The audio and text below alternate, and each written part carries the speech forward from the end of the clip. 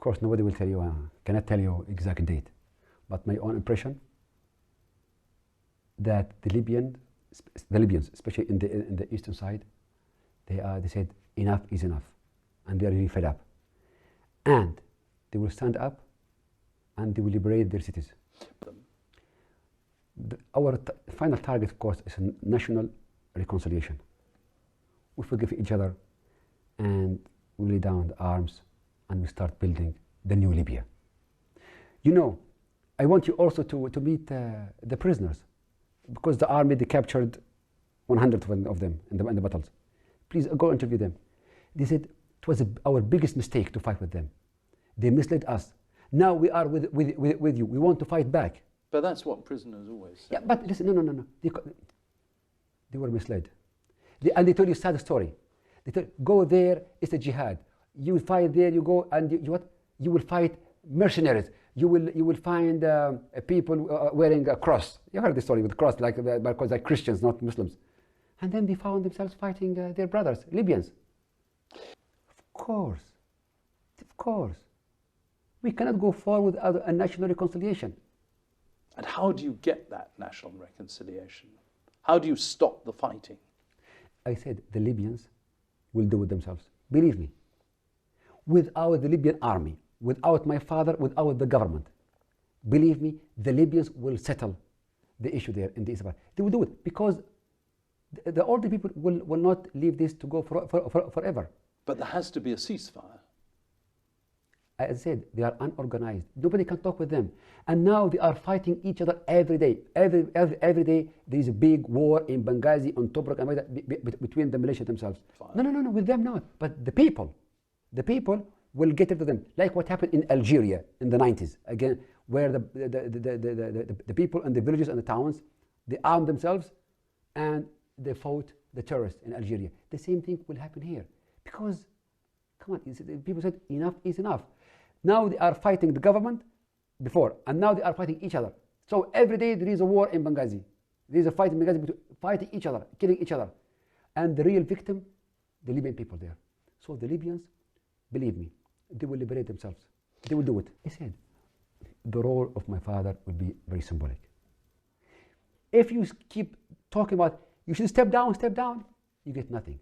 Because he will not do it, because you challenge him, and the Libyans, and the people, they will not allow you. Because it's like a challenge, it's an order, you step down. You should talk about a new constitution, election, new president, new prime minister, and you, Mr. Gaddafi, okay? You have this like the Queen of England, like the Emperor of. So, but we need young people, new faces to run the country. But my father didn't kill anybody, didn't order the killing for anybody. He didn't say, go and kill innocent people. Okay. Now you are talking about something happened in Northern Ireland and something happened in the 70s. And now you want, listen, so it's better that you tell me, okay, we are against you. You, Mr. Gaddafi, we will kill you, so and so. Now, the story about Libya, and now a story what happened in the 70s, and now Lockerbie.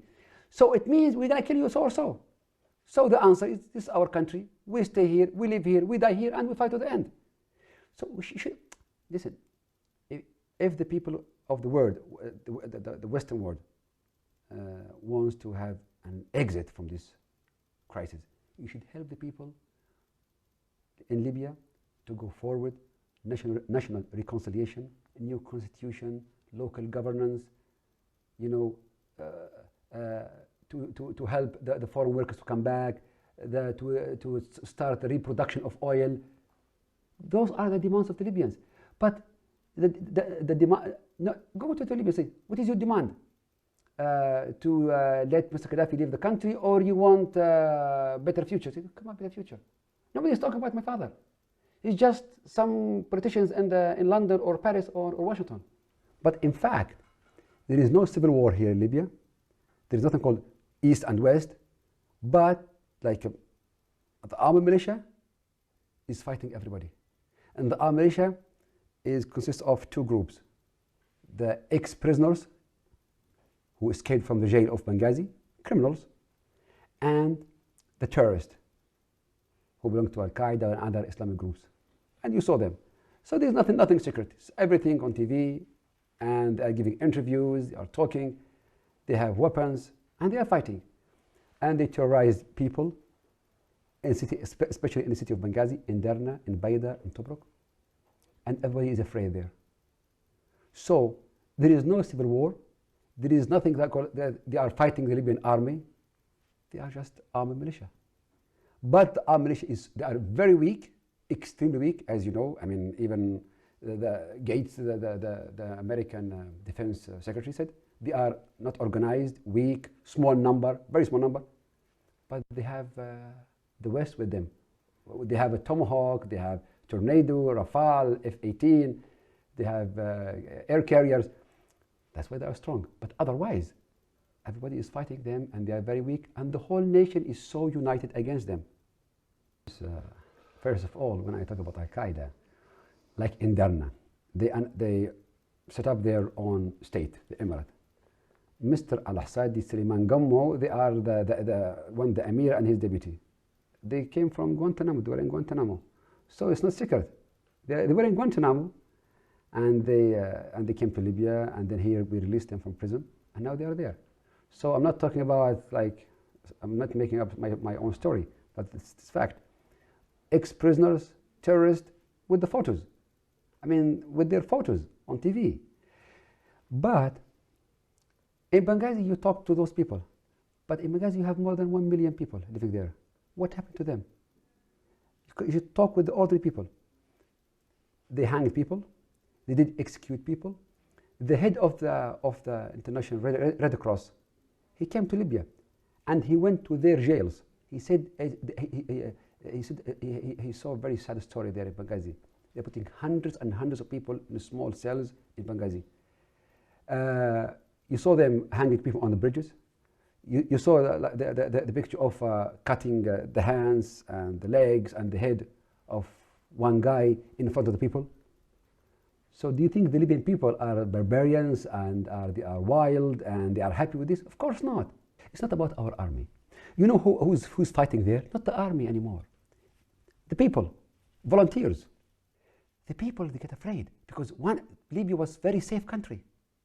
We were spending, we have projects worth more than $2 billion, building more than 500,000 housing units. Everything was okay. All of a sudden, terrorists, armed militia, destruction, destroying, killing. So now everybody is fighting for his own future. But how do you stop that? Ceasefire? But it's another funny story. Ceasefire with whom? We talked also with the Europeans, with the Americans. They said, even for them, it's very difficult. Who and who? Who is the leader? Who are they?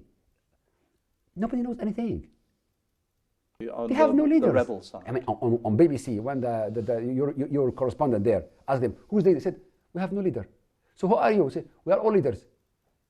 And they have now the other problem, because our people cannot go to the east and just make it safe for our people because of the bombing of the NATO. Now you have 2 or 3 militia in Benghazi. They are fighting each other every day. You heard the news, of course. It's in the news. Because they are removed this commander, they brought another commander, they are not happy with this commander. So they are fighting. You heard the news about the fighting last week in Benghazi. They are fighting each other every day. It's a very funny story. And what is funny and sad, that the civilized world is fighting for them. Fighting for whom? You should help the civilians. You help the Libyan people. Here we need peace, law, order. In Benghazi, no schools. Schools are not working. No hospitals. No salaries. No banks. Just armed people everywhere. And we said, we no mercy. Listen, everybody was angry. Can I tell you something? Can I tell you something? Even with a terrorist, I know this, even with a terrorist, the army was very patient and careful in fighting and attacking them. Very careful. Or your side can win it. Please. Rebels, who are they? They are 100 people, 200, 300, 1,000. In Libya, we are more than 6 million people. So Even for the West. So why can't you just defeat them if there's so few of them? Defeat. You know, you are imposing a no-fly zone in Libya. Yeah, but you couldn't defeat them No, no, before. no. Yeah, you are bombing you are bombing in the middle of the desert. This is we should be frank. I'm not here to lie to each other. The NATO here is to destroy the Libyan army and destroy this country, not to defend or to support civilians. They are bombing every day. Ammunition sites, camps, everything, and all over the country. This is to support civilians, or to help civilians, or to no-fly zone. Come on. And they said this, we want to destroy the Libyan army. Why? To help the rebels to advance. Excuse me? Nobody will accept this. And you think if you can bomb for the next 2 years, the Libyans, forget about Mr. Gaddafi, the Libyans will not allow those people to rule the country.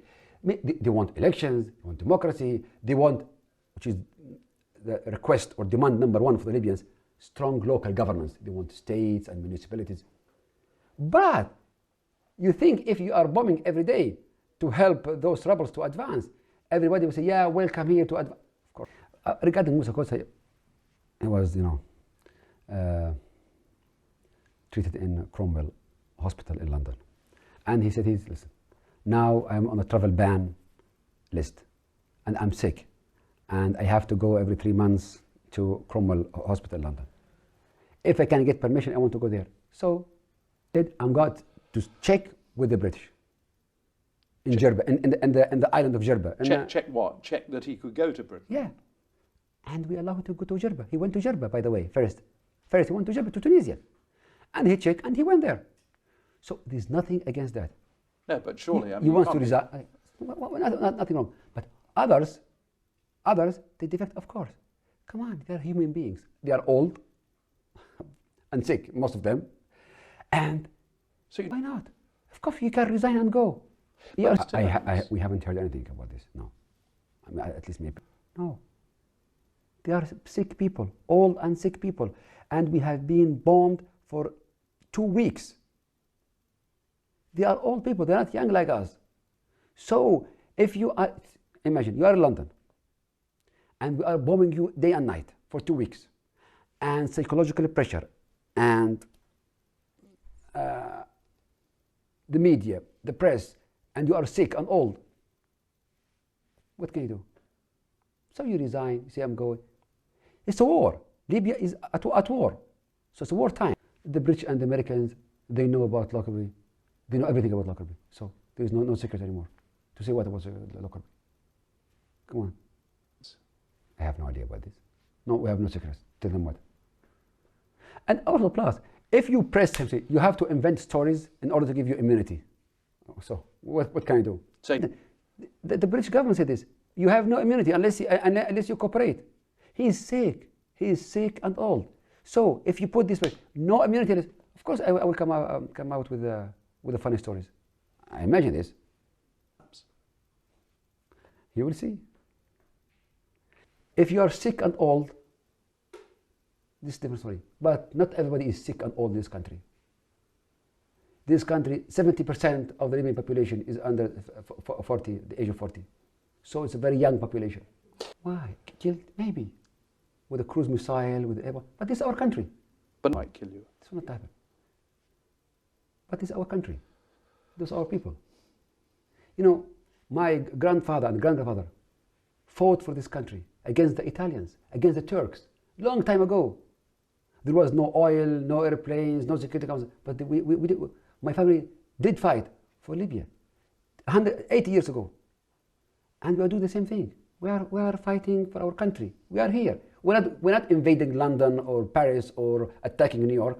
We are here with our people in our country. So we live here, we die here. This is our country. You want us to leave, to go where? To Maldives?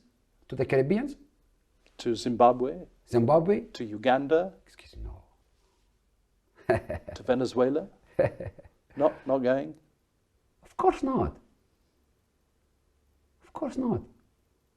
Listen, God with us, because this time We are fighting for the right cause.